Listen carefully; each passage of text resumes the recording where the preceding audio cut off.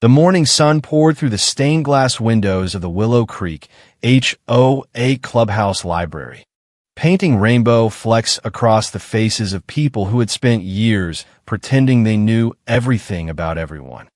Especially me. I sat in the back corner, arms crossed, watching Karen Harrington adjust her signature pastel blazer like she was about to crown herself queen of the suburbs. Again, 2 weeks since Eleanor Montgomery, the woman who literally founded this gated paradise 20 years ago, was laid to rest.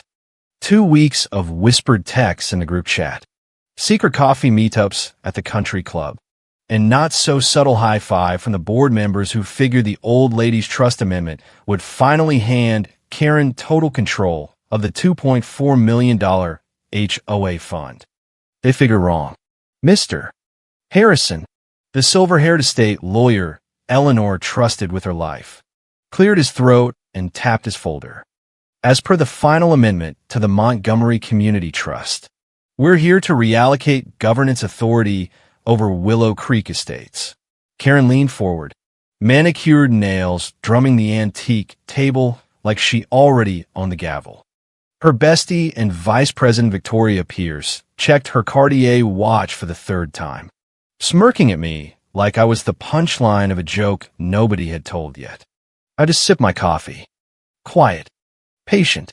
The same way I'd been for 3 years while Karen slapped $250 fines on my mailbox for unauthorized neutral color and wrote me up for letting my native wildflowers grow too tall. Wildflowers that, funny enough, were the only thing keeping the entire retention pond from flooding the neighborhood after last year's storms. The same storms Karen's premium landscaping contract had completely botched. But hey, who was I to point that out? I was just that quiet millennial who never mows. Before we begin, Mr. Harrison said, adjusting his glasses. Mrs. Montgomery left very specific instructions. She wanted this read exactly as written. Karen waved a dismissive hand. Oh, get on with it. James.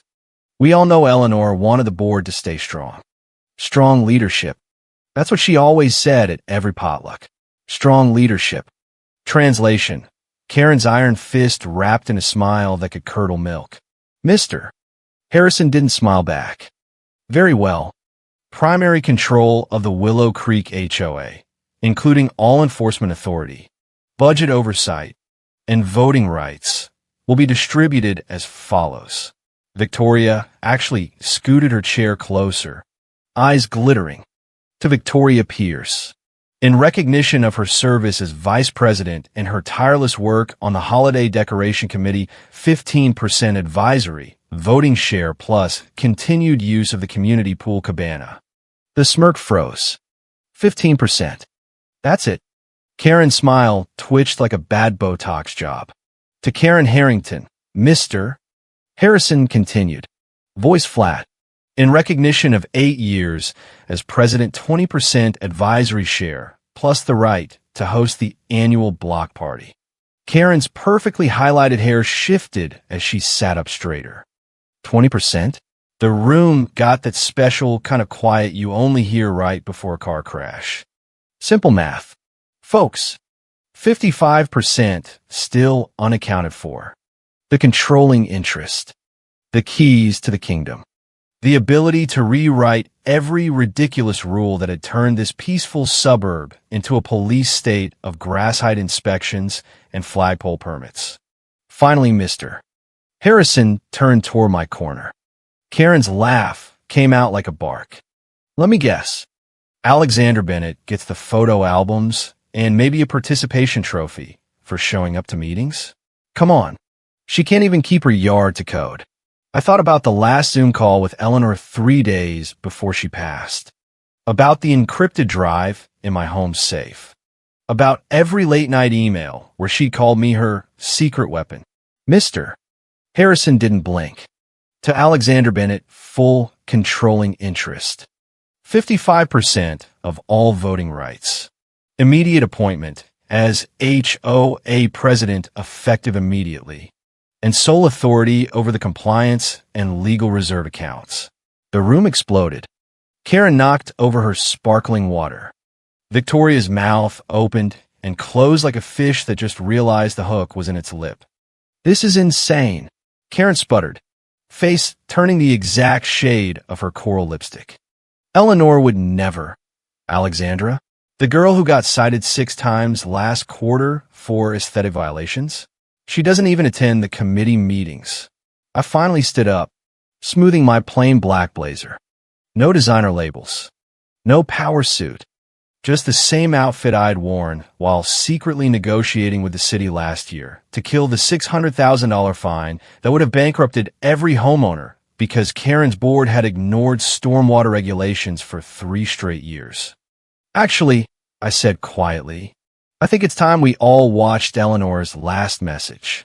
I set my phone on the table. Press play, and the screen filled with Eleanor's face, sharp eyes. Stronger voice than her illness should have allowed. If you're watching this, she began, the vultures are already circling my table. Karen, Victoria, I see you both. I always saw you. Karen's face went pale under her spray tan. You think your little fines and your standards make you worthy of what I built? While you were busy finding people for mailbox colors and throwing parties on the HOA dime. You missed the one person actually protecting this place. The video Eleanor pointed straight at the camera. Alexandra has been running the entire external compliance division for 3 years. Under a different name, of course. Can't have certain presidents interfering with actual results. Can we? I connected my laptop. The projector lit up with spreadsheets that made the whole board lean forward like they'd been slapped awake. 3 years ago, Eleanor asked me to audit everything. I said, voice steady. What I found wasn't pretty. $600,000 in potential city fines you hid from the residents. Karen, 3 separate state violations you papered over with fake reports. That luxury landscaping contract, the one you pushed through, it was with your cousin's company, and it nearly washed out half the neighborhood.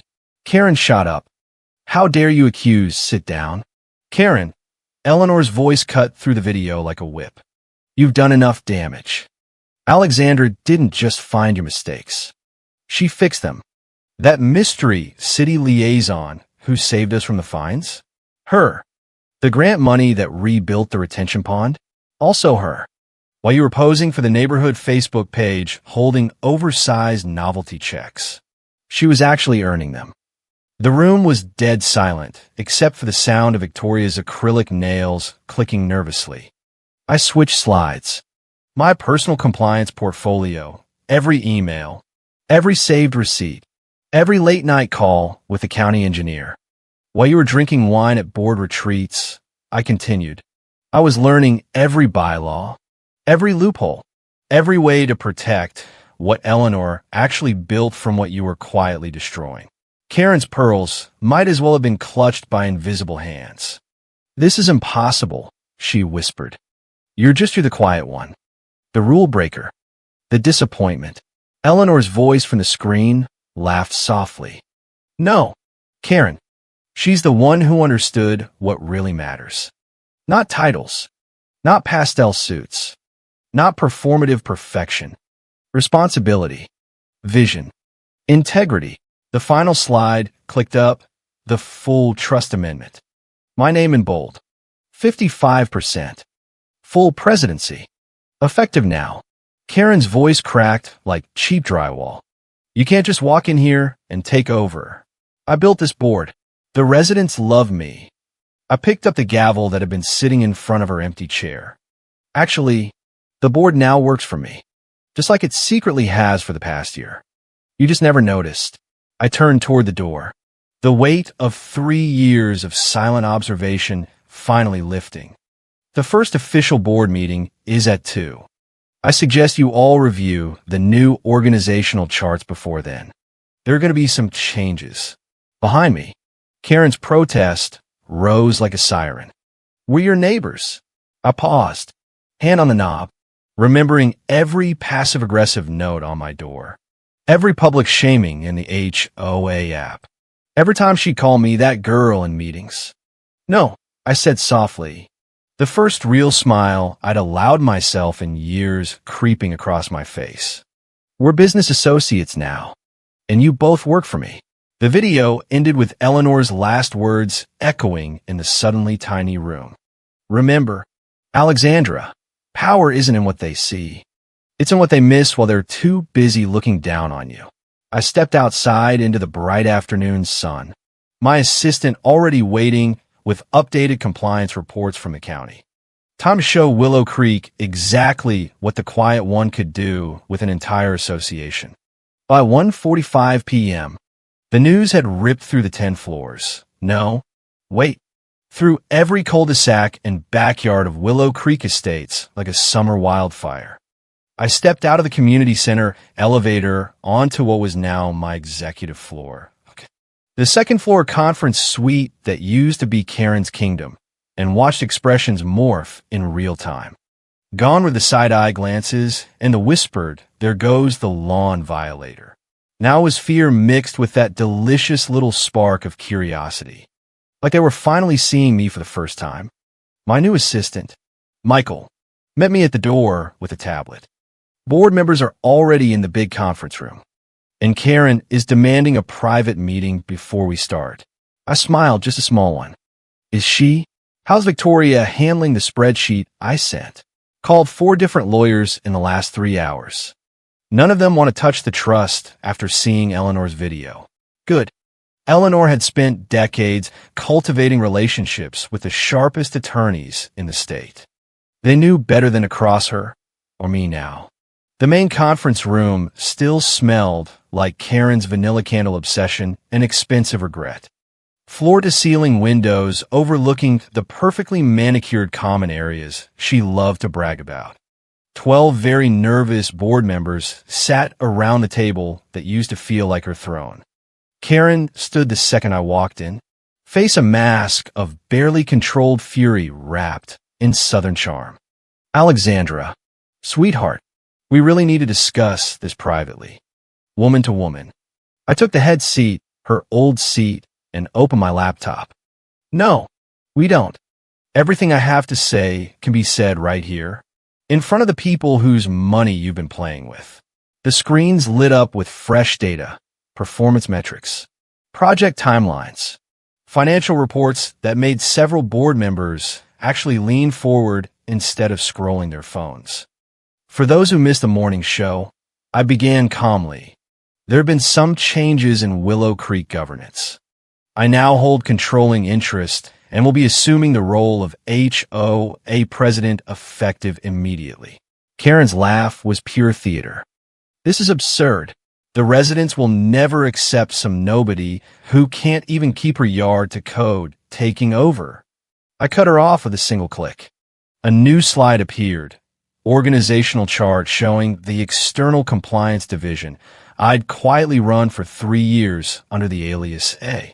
Rivera, while you were busy writing up residents for Christmas lights being up 2 days too long, I said, I rebuilt our relationship with the county from the ground up, modernized our stormwater systems, secured the grant that saved us from that $600,000 fine you never told anyone about, created actual value instead of just Instagram posts about community standards. A few board members started nodding. The numbers didn't lie. Compliance rating up 300%. Resident complaint resolution time cut in half. No more surprise special assessments because I'd stopped the bleeding Karen's vanity project had caused. Under my leadership, quietly, of course, the HOA has outperformed every neighboring association in the state. Contractor retention for our landscaping crews is at 95% instead of the 60% you bragged about after you fired half of them for attitude. Victoria, who had slipped in late, went sheet white. She'd spent months trying to network with the mysterious county liaison she thought was some hotshot consultant. Turns out it was just me in a hoodie on Zoom calls at 2 a.m. The numbers don't lie, I continued. Switching to the audit I'd kept hidden. Now let's discuss the changes that need to happen. For the next 90 minutes, I laid out the new vision. Streamlined enforcement that actually made sense. No more finding people for native plant gardens that save water during the drought. Technology upgrades to the HOA app so residents could actually appeal fines instead of just paying or moving. And real transparency on the budget. Karen's knuckles went white on the armrest. You can't just demote me. I built this association. I looked her dead in the eye. No, Eleanor built it.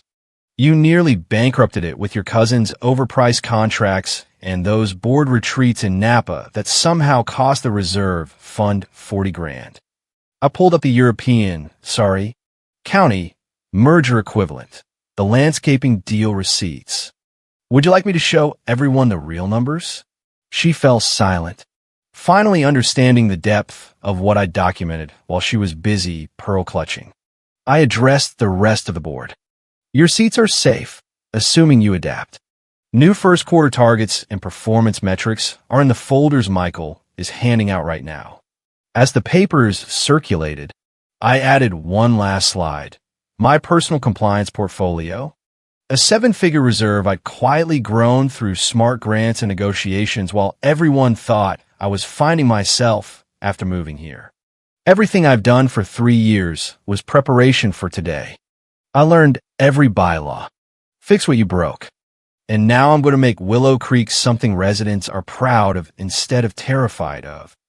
Victoria finally spoke, voice shaking. Why didn't you say anything? We're neighbors.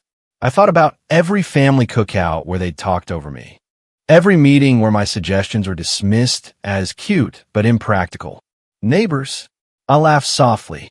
Neighbors would have asked why Eleanor spent so many Sunday afternoons with me. Would have wondered why our compliance rating skyrocketed during my so-called lazy period. But you didn't ask. You didn't wonder. And now you work for me. As they filed out stunned, Karen lingered. Eyes narrowed. This isn't over. Alexandra. The residents love me. They'll revolt. I met her gaze without blinking. The press release, yes. We have a neighborhood newsletter, went out an hour ago. Home values are already trending up on the news of new leadership. Sign the new contracts by tomorrow or clear out your cabana. Left alone, I walked to the windows and looked out over the community Eleanor had trusted me to protect. My phone buzzed. A text from her old assistant. Eleanor would be proud. Show them what real power looks like. I smiled, remembering her favorite line. Let them underestimate you. It makes the victory sweeter. The real work was just beginning. 3 months after the board meeting that flipped Willow Creek upside down, I sat in what used to be Karen's office, now mine, reviewing the first quarter results that even the biggest Karen apologists on Nextdoor couldn't deny. Stock no. Home values, up 28%. Operating costs down 15% because we finally canceled that ridiculous premium landscaping contract with her cousin. Resident satisfaction scores an all-time high. And most importantly, the toxic culture of fear and petty fines that had poisoned the neighborhood for years was finally dying. No more midnight inspections for flag height. No more $500 citations for excessive holiday cheer if your light stayed up past January 15th. People were actually smiling at the community events instead of hiding behind their blinds. A knock interrupted my quiet victory lap. Come in. Victoria entered, looking nothing like the polished enforcer I'd known. 3 months of actual accountability had stripped away the arrogance. Her designer outfits were still perfect, but the new humility in her posture was impossible to miss. She placed a thick folder on my desk. The new stormwater permit documents are ready for your signature. And I found something else you should see. She hesitated, then pulled out an old leather-bound notebook I recognized instantly. Eleanor's personal journal, the one that had mysteriously vanished from the clubhouse safe after her funeral. Sit down, I said, gesturing to the chair that used to be hers. Tell me why you're really here. Victoria sank into it, composure cracking. I've been reviewing the old board minutes, trying to understand how we missed so much. And I found patterns. Things Karen did that didn't add up. I opened the journal to the marked pages Eleanor had shown me years ago. The handwriting was elegant, merciless. Karen thinks power is about control, about taking. She never understood that true power is about building, protecting, growing. But Alexandra, she sees it exactly like I did at her age. Victoria's voice dropped. She was embezzling. For years. Small amounts at first, catering for board meetings that were really her book club. Then larger. Nearly $50,000 siphoned into offshore accounts and personal credit cards. Money that should have gone to roof repairs. Pension contributions for our maintenance staff. Actual community improvements. I turned to my laptop and opened the secure folder I'd kept since Eleanor first showed me the evidence. These are the complete records. Every transfer. Every falsified receipt. Victoria's face drained of color. What are you going to do? Well, I've already started, I answered calmly. The money has been recovered and returned to the proper accounts. Karen's personal assets have been frozen pending review. She has exactly one chance to make this right. On cue, the door opened and Karen walked in escorted by Michael. She looked smaller, older than the woman who had terrorized the neighborhood with smiley face violation notices. The weight of 3 years of secrets finally showed in the lines around her eyes. Sit down. Karen, I said, voice level. It's time we had an honest conversation about legacy. She saw the journal and deflated like a balloon animal at a kid's party. Eleanor knew. I confirmed. Every hidden transfer. Every lie you told the board. She knew and she prepared for this moment. I pressed play on the video I'd never shown anyone. Eleanor's face filled the screen again. Recorded 2 years earlier. Karen. Her voice filled the room like Judgment Day. If you're watching this, then Alexandra has found the journal. You thought I didn't see what you were doing to my community, to the trust one built. But I saw everything. And I chose my successor accordingly. Karen's hands trembled. Eleanor continued. Alexandra has my strength without my pride. My vision without my blindness to betrayal. She'll fix what you broke, Karen, and she'll do it with the grace I never managed to teach you. I stopped the recording. Here's what happens next. You will quietly resign, citing health reasons. You will repay every dollar with interest, and you will stay away from any HOA operations permanently. Karen's old arrogance flickered back for one desperate second. And if I refuse, then I release everything.